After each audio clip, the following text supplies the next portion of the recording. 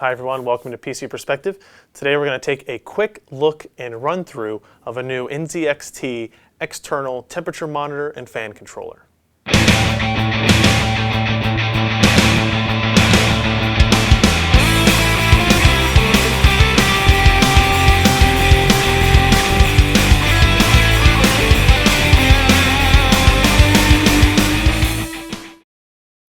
Inside the box, there's not a whole lot to deal with here. It's a pretty simple installation. You've obviously got your touchscreen stand-up display here with on the back one single connection for both power and data. You have your in the PC add-in card. It's got a slot for a battery here, so it'll retain its settings. When the PC is turned off, they do include that battery.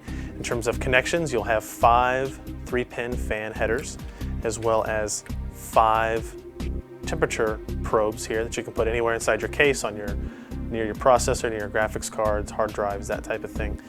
This is all internal, and then you have a single power connection to the entire setup, 4-pin Molex there. And then when you want to connect the device, you actually just have the same type of connection here, real simple to use, and then you plug this cable in, which is fairly long, I want to say probably 6-8 feet, to the back of your fan controller, and you are set up and ready to go. Now let's take a look at a typical installation and usage. First step of installation is to install the actual card, attach the fan headers to it, and install the thermal probes anywhere you need them. You don't have to, it can really go anywhere. Obviously in this system, this pre-built system, really can't. We could technically put it between the two graphics cards. We don't want to create any more heat issues, so we'll just go ahead and put it at the top.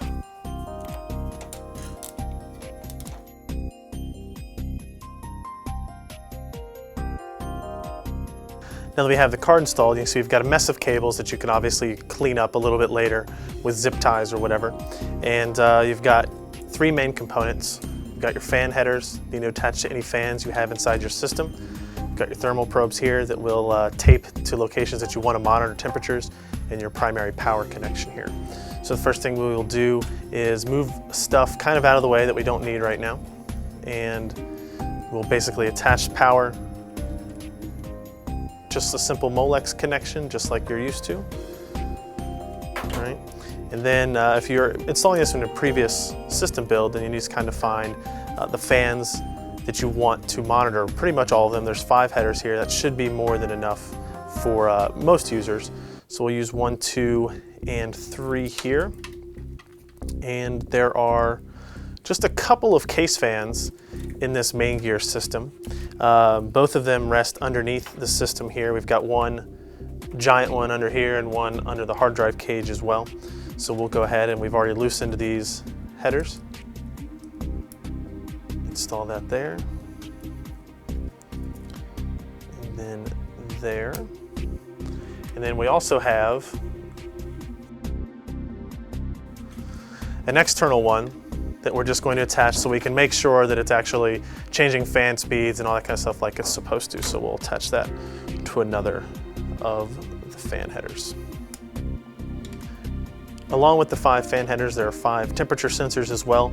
These can really go anywhere in the system, but obviously the kind of key areas would be, you know, your CPU, GPUs, maybe hard drives, anything that you basically want to monitor closely. You should use electrical tape, something like that. We happen to have gaff tape handy that we will use to just kind of apply these to areas that we think need the most attention. And again, this is not the cleanest installation method, but it does get the job done. Obviously, we'll put one here on the back of the NVIDIA graphics cards. That's an important place to monitor temperature. And then you can see you can pull these cables apart as you need to in order to keep them at various locations throughout your case. So that's about the ugliest installation that you're ever going to see. We've got cables all over the place. What we should do, obviously, is take all these cables that we're not using, wrap them up, zip tie them someplace where they won't get in the way of airflow and that kind of thing. But for our purposes of testing the fan controller, temperature sensors, and that kind of stuff, this mess gets the job done. In the box with the Sentry LXE, there will be a cable here that's kind of a power and data cable, transfers any of the information needs to get to our fan controller, as well as the only connection you'll need for power. There are two almost identical connections here. One of them has a little clip, one of them does not. The one that does have a clip, you simply turn around on the back of the device and plug it in like so, just like kind of like a graphics card power connection.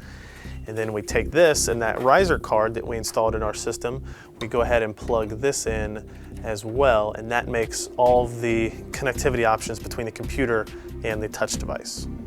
Here we have the Sentry LXE up and running. You can see that it has 5 different locations for your 5 temperature monitors as well as your 5 fans. You can see we only have 3 fans actually connected. Both 2 internal ones are listed right here, and we have our external one here just for demonstration purposes as well.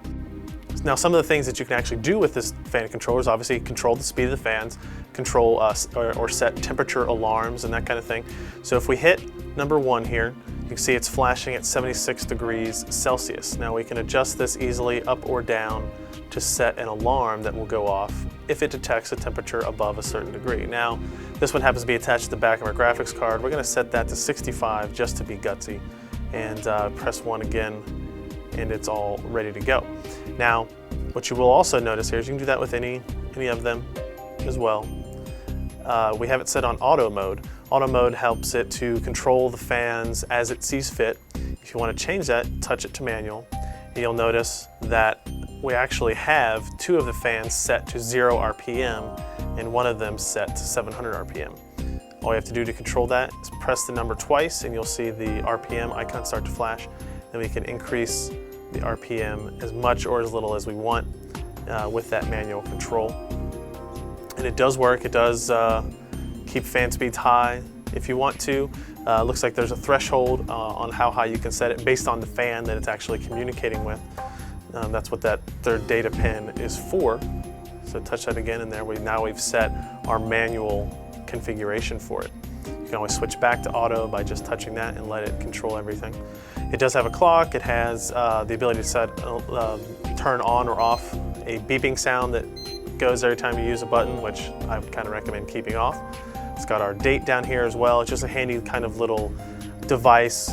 That way it just has a little bit more information for you on quick, easy access here. So that is pretty much the functionality of the device. It works well. The touchscreen actually seems more responsive than we thought it was going to be for the size of the device. I do wish that the bezel was perhaps a little bit further away from the screen, so getting to the plus and minus keys wouldn't be quite as tricky. This way you kind of have to use your fingernail as opposed to your finger, otherwise you risk hitting the manual and auto button like that. But it does get the job done. So there you have the Sentry LXE from NZXT external temperature monitor and fan controller. Works exactly as it was advertised. We found all the functionality to operate as we expected. There were a couple of things that we might have changed. One, I might have made the base a little bit heavier so that when in touching it, it didn't quite move as much, although it is, because the touchscreen is pretty sensitive, it wasn't a huge issue. Also, it would be kind of cool to have this be optional for external mount, or to somehow mount it inside a pair or a set of 5 1/4 inch bays. That would be something kind of interesting to see. In terms of the price, you'll be able to find this available this week for $59.99, a little bit on the high side, but you do get a nice finished device. It does work as advertised, and otherwise, we kind of thought it was a cool little device for about 60 bucks. So if you need something, maybe your system is a little bit farther away than you want it to be, you want to be able to control your fans and monitor your temperatures remotely, check out this device from NZXT. I think you might like it.